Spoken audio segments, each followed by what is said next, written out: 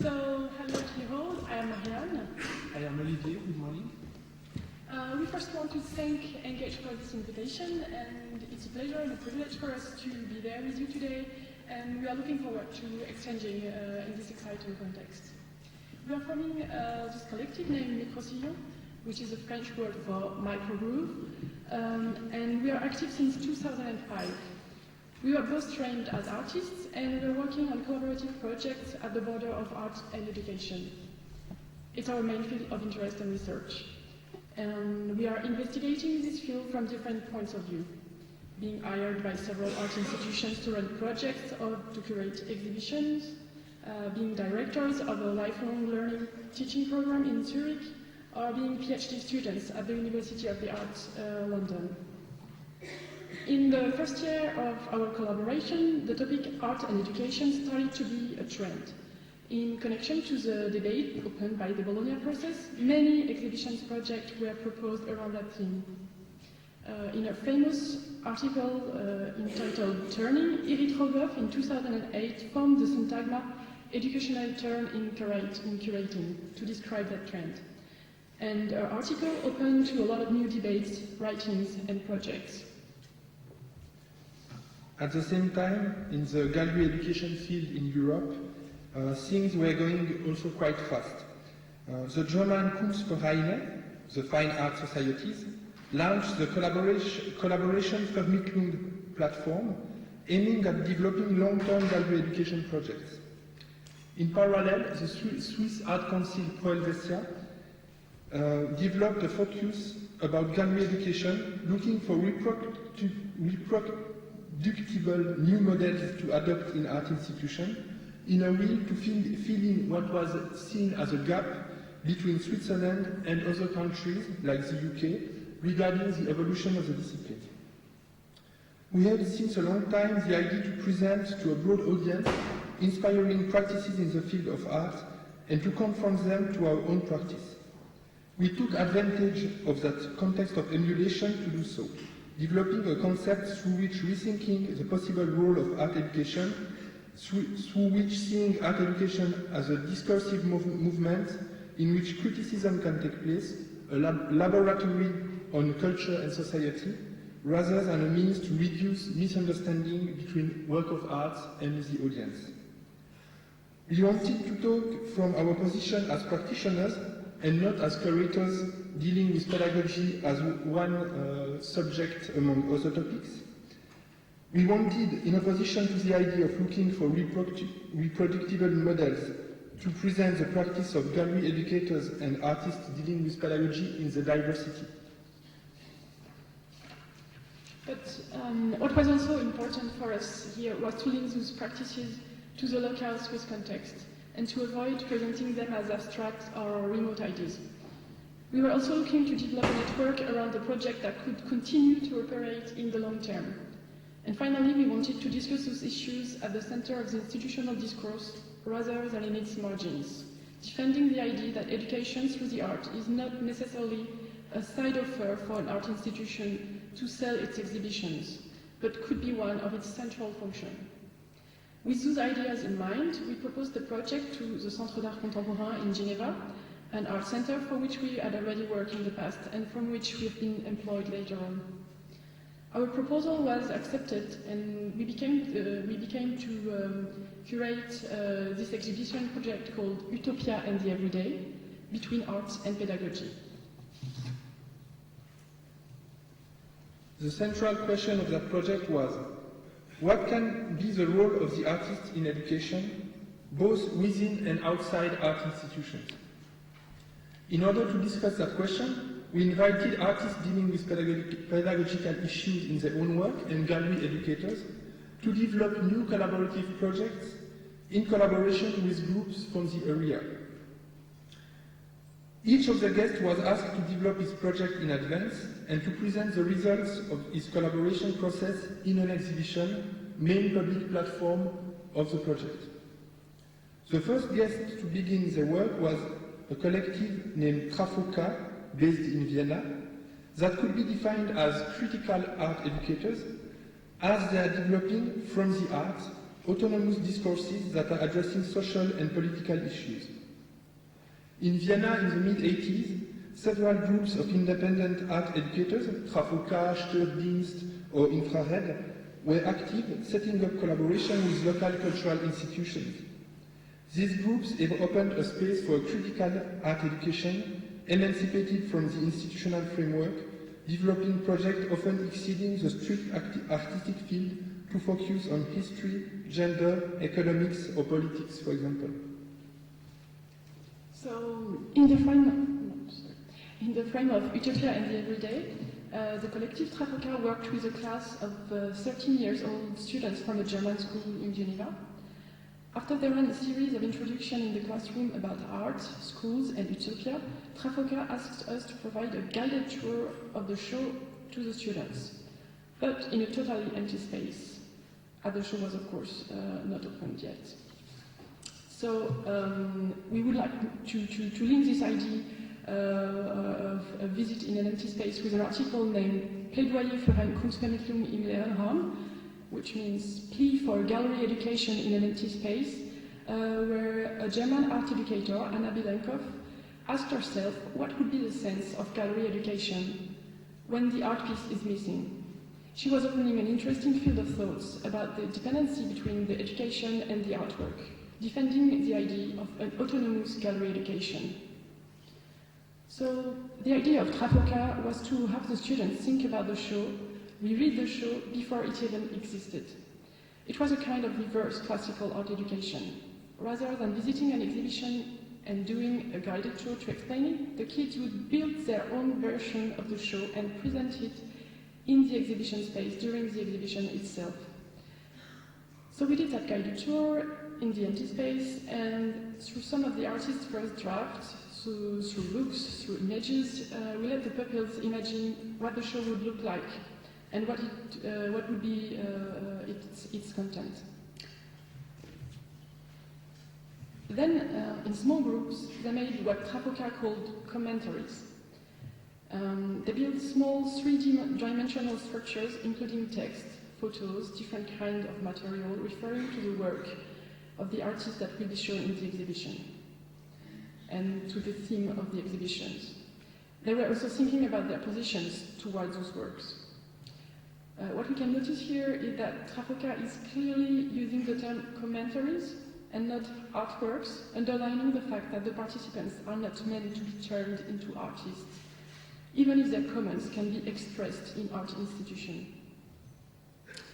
So, one of the examples was a group of girls. They worked starting from a feminist exhibition called Woman House that took place in the 70s, on a new woman house, raising questions about their place as women in today's society, talking about the image of women, about domestic violence, or about salary inequalities. So these are some pictures of this new woman house. Then Trafoka worked with an architect named Gabu Eindel to make an exhibition design in which the commentaries would be displayed. On 4 columns, dialoguing with the works of the participants through a theory of logos, the collective wrote questions that they raised from the work of the kids and from their practice in general. Questions that are still echoing our work today. So those questions were, what kind of turbulence do we want? Can we impose feminism? Which knowledge serves which power? Or who is manipulating whom?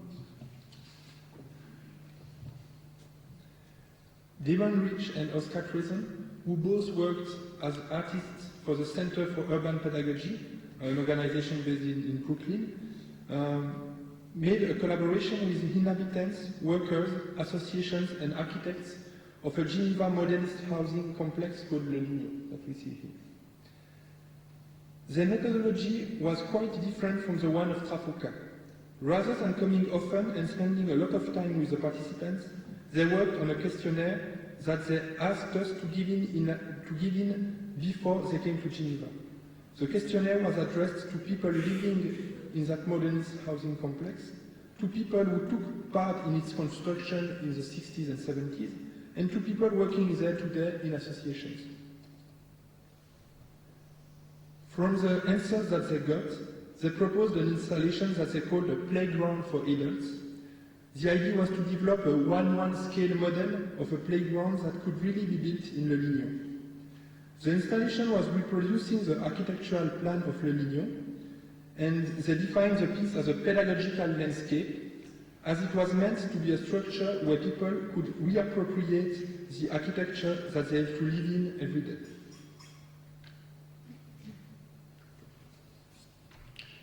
And then the last project was a collaboration between the artists Nils Norman and Thilo Steinheim, the International Center for Research about Anarchism in Lausanne, the Pedagogical School of Lausanne, and more than 200 kids and their teachers coming from 8 different classes. So after some research on the anarchists' writings about education, Nils Norman and Thilo Steinheim invited 8 teachers to think with their pupils about ways to improve public school program. Each teacher worked on a different project, opening different types of frame, working on architectural models for schools, it's what we see here, running a series of classes outside, or letting the pupils choose the school program for one day, for example. All the projects were then presented in a small house, quoting the architecture of the International Center for Research about Anarchism, along with documents about education written by anarchists and libertarian thinkers. All the kids were invited to make some interview about their work, and a video was presenting those interviews in a small room within the house. Aside from that central part of 3 collaborative work, we developed a documentary section in which we presented examples of projects dealing with pedagogy realized in the past by several artists or gallery educators.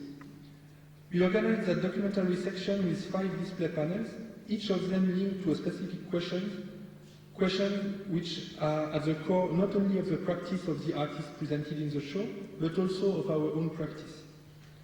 So the first question was guiding, a question interrogating the artist's position in collaborative projects. The second one was deschooling, discussing the relationship between artists and the school institutions. Another one was standardizing, that was discussing the use of models. Then we had a question called empowering, discussing whether art project can really empower people in giving them a voice. And finally, the last panel was called capitalizing, looking into the links of the artists working collaboratively with the art market. Just after Utopia and the Everyday, Nora Sternfeld from the collective Trafoka published a text in the eFloat journal where she was talking about the unexpected part that each project carries intrinsically, and about how this unexpected modifies the perception of the project. This unexpected can lead to a disappointment regarding the process or the results of a work with a group, but it can also be a tool that we can positively use during the collaboration. This idea of unexpected can also lead to transform the traditional formats of gallery education, where everything is done to ensure as much as possible that the expected result is obtained, into what has been called by critical German art educators a künstlerische Kunstvermittlung, which we can translate by an artistic gallery education. So in this new paradigm, the process is emphasized and the results are linked to the participants' contribution, therefore unpredictable in essence. In our own practice, we are also trying to stretch the frame of the traditional gallery education projects. This reframing process leans on a shift in temporality. We work on long-term projects. A change in the scale of the groups involved. We are working with what we call micro-publics. And on the selection of topics, we are proposing themes that are connected to social and political issues. To exemplify this, we would like to present you a project called En Commun that we realized in 2010. We were invited by a Geneva artistic festival called La Terrasse du Troc to do some art education about the manifestation. The festival was taking place during the summer in that public park that is called the Bois de la Bâtie.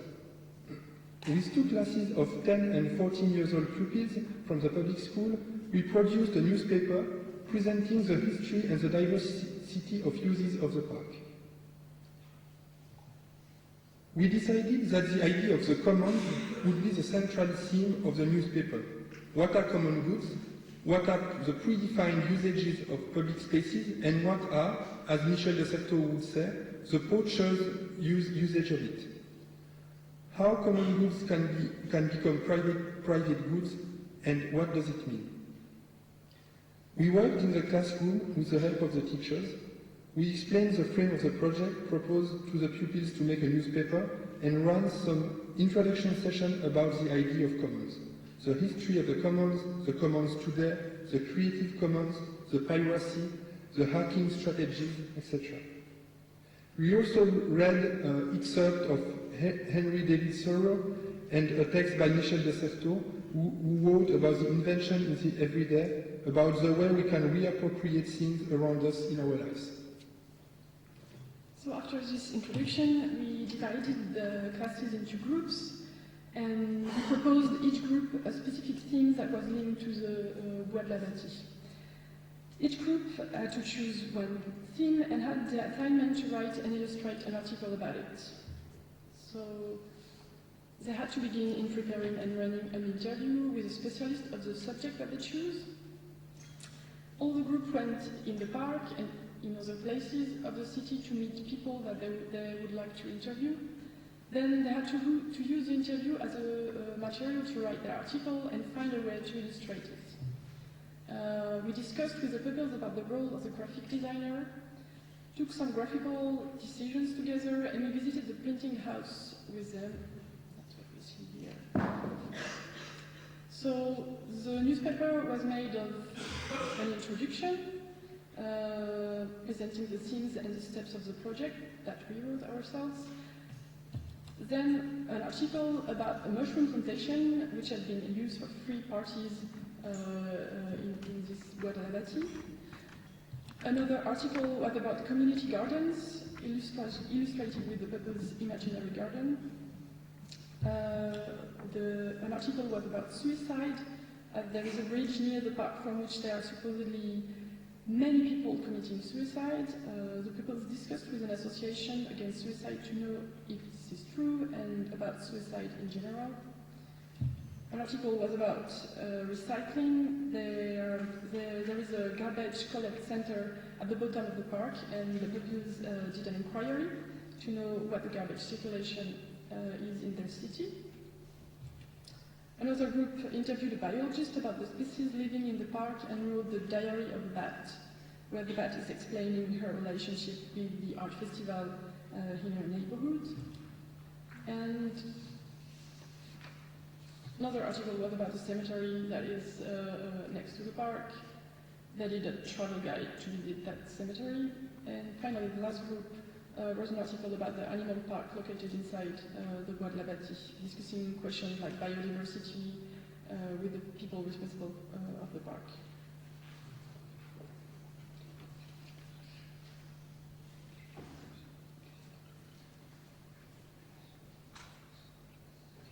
So this newspaper was distributed for free during the festival, as well as in several cultural places, bars, restaurants in Geneva. Through this project, we would like to share with you some thoughts on the need to produce an artifact in an educational project. Why produce when lots of innovative deconstructive gallery education projects tends to suppress the object and focus on the notion of performativity that was first introduced by J.D. Butler? For us, give the production of something, might be a publication, a video, a fanzine, or an exhibition, as an horizon to the participants of a project produces several positive effects. First, it valorizes the participants' engagement within the project. It's a way to communicate on what has been done to the institution or the inviting frame, and to communicate also with the broader public. And having an object to discuss in the frame of peer meetings is also very useful. But through that production, we are favoring the use of reproducible techniques and collective work rather than individual original production. It means that every person in the group shares the same results in a democratic process. So it is also something that we think is very important, and that is reframing the classical frame of some participatory project. And finally, depending on the project, inputs can be given on specific techniques, like we saw here, we visited this printing shop, or we talked about graphic design. Through that kind of project, we are defending the idea that art can bring innovative ideas in the school system and can work to produce some micro changes in the institutions.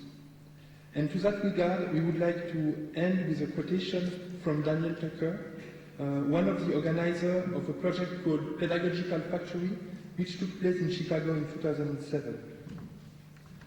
We are not saying that experimental or informal is better or more important than what goes on in the schools. The intention is to celebrate and ask questions of both, to suggest that there are ideas that classroom education might find useful from these other spaces of knowledge production, and vice versa, but not to be unrealistic about what needs to happen now for the vast majority of people to access critical thinking skills and information through a reformed and equitable free public education system. Thank you. Thank you.